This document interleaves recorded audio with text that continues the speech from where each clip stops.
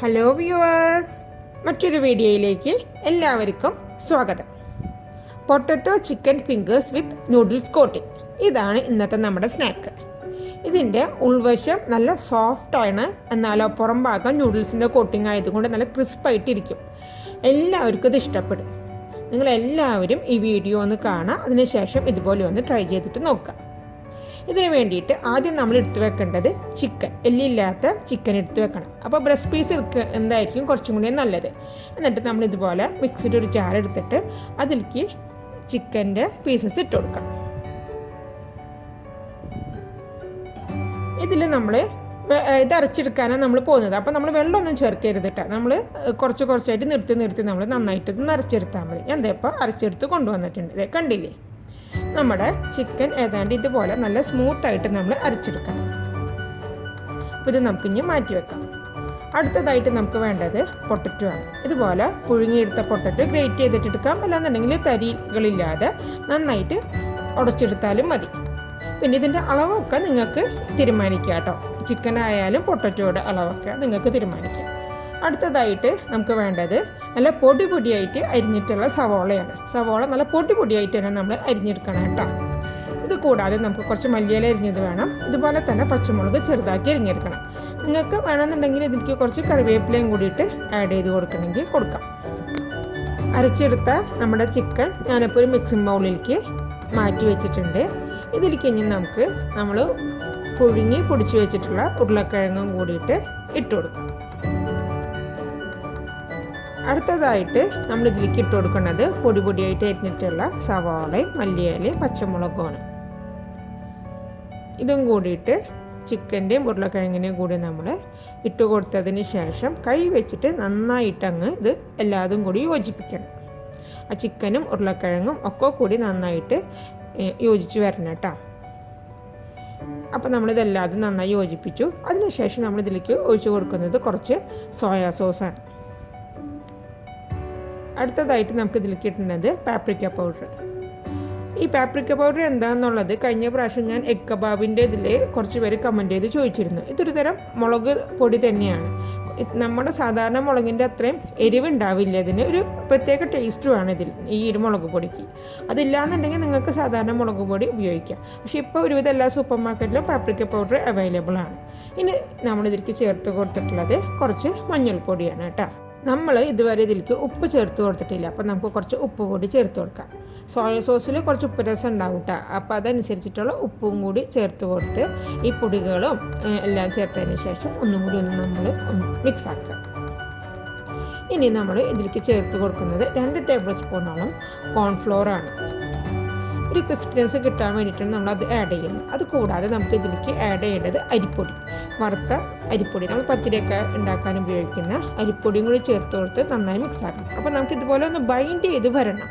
അത്രയും അരിപ്പൊടി നമുക്ക് ഇതിലേക്ക് ചേർത്ത് കൊടുക്കണം. അളവ് പറയുകയാണെങ്കിൽ 1/2 കപ്പോളം എന്തായാലും അരിപ്പൊടി നമ്മൾ ഇതിലേക്ക് ചേർത്ത് കൊടുക്കേണ്ടി വരും. അപ്പോൾ നമുക്കിങ്ങനെ കൈമ പിടിച്ച് കഴിഞ്ഞ് കഴിഞ്ഞാൽ ഇതിങ്ങനെ ബൈൻഡ് ചെയ്ത് ഒന്ന് ഉരുട്ടിയെടുക്കാൻ പറ്റുന്ന ഒരു പരുവത്തിലാവുന്ന വരെ നമ്മൾ അരിപ്പൊടി ചേർത്ത് മിക്സ് ആക്കി കൊടുക്കാം. ചിക്കൻ പൊട്ടറ്റോ ഫിംഗേഴ്സിൻ്റെ മിക്സ് ഇവിടെ റെഡി ആയിട്ടുണ്ട്. നമ്മൾ കൈയിൻ്റെ അടിയിൽ ഇതുപോലെ ഇത്തിരി ഒന്ന് എണ്ണയാക്കി കൊടുക്കുക. എന്നിട്ട് ഇതിൽ നിന്ന് കുറച്ചെടുത്തിട്ട് കൈയിൻ്റെ അടിയിലിട്ടിട്ട് കൈയിൻ്റെ ഉള്ളിലിട്ടിട്ട് നമ്മൾ ആദ്യം ഒന്ന് നന്നായിട്ടൊന്ന് മിക്സ് ആക്കുക. അതിനുശേഷം ഇതുപോലെ നീളത്തിൽ നമ്മൾ റോൾ ചെയ്തിട്ട് എടുക്കണം.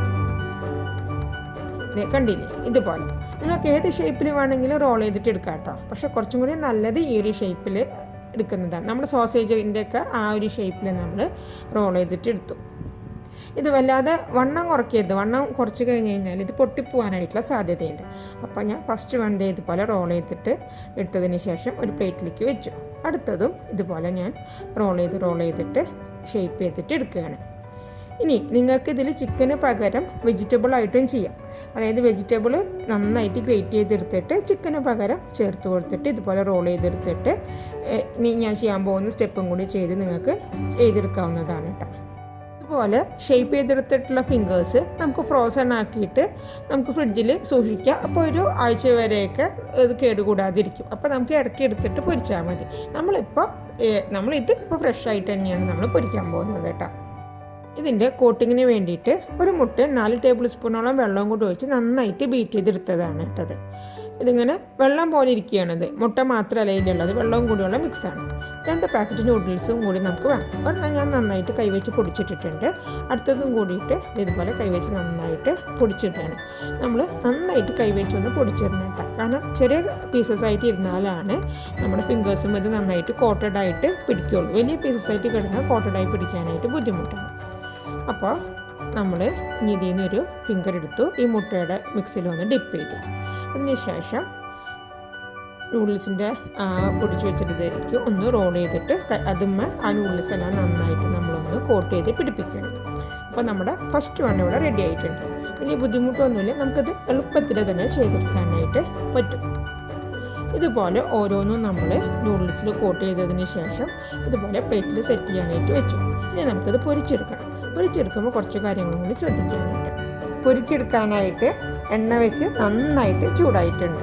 നന്നായി ചൂടായി കിടക്കുന്ന എണ്ണയിലേക്ക് വേണം നമ്മുടെ ഫിംഗേഴ്സ് ഇട്ടിട്ട് പൊരിച്ചെടുക്കാനായിട്ട് കേട്ടോ. അതുപോലെ തന്നെ ഫിംഗേഴ്സ് ഒരുവിധം 3/4 ഭാഗത്തോളം മുങ്ങിക്കിടക്കുന്ന തരത്തിൽ നമ്മൾ എണ്ണ എടുക്കാൻ വേണം. ഫിംഗേഴ്സ് ഇട്ട് കൊടുക്കുമ്പോൾ അതിൻ്റെ ഇടയിൽ കുറച്ച് ഗ്യാപ്പും വേണം. നമ്മൾ നിറച്ച് തിങ്ങി നിൽക്കുന്ന രീതിയിൽ ഇട്ട് കൊടുക്കരുത്. കാരണം നമുക്കിത് തിരിച്ചിട്ടിട്ട് പൊരിച്ചെടുക്കണം. ഫിംഗേഴ്സ് എല്ലാം ഇട്ട് കൊടുത്തു കഴിഞ്ഞാൽ നമ്മൾ ലോ ടു മീഡിയം ഫ്ലെയിമിൽ ഇട്ടിട്ട് വേണം നമ്മൾ പൊരിച്ചെടുക്കാൻ. കാരണം നമ്മുടെ ചിക്കൻ അതിൻ്റെ ഉള്ളിലുള്ളത് വേവിക്കാത്തതാണ്. അപ്പോൾ അത് വെന്ത് കിട്ടാൻ വേണം. അപ്പം വളരെ ലോ ഫ്ലെയിമിലിട്ടിട്ട് നമ്മൾ ഇത് പൊരിച്ചെടുക്കുക. ഇതുപോലെ ഗോൾഡൻ കളർ ആവുന്ന വരെ നമ്മൾ തിരിച്ചിട്ടിട്ട് നമ്മളിത് പൊരിച്ചെടുക്കണം കേട്ടോ. അപ്പോൾ നമ്മുടെ ഫസ്റ്റ് വൺ നമ്മൾ പൊരിച്ചെടുത്തിട്ടുണ്ട്. ഇതുപോലെ ഓരോന്നും നമുക്ക് ഇതിൽ നിന്ന് എണ്ണയിൽ നിന്ന് എടുത്ത് മാറ്റാം.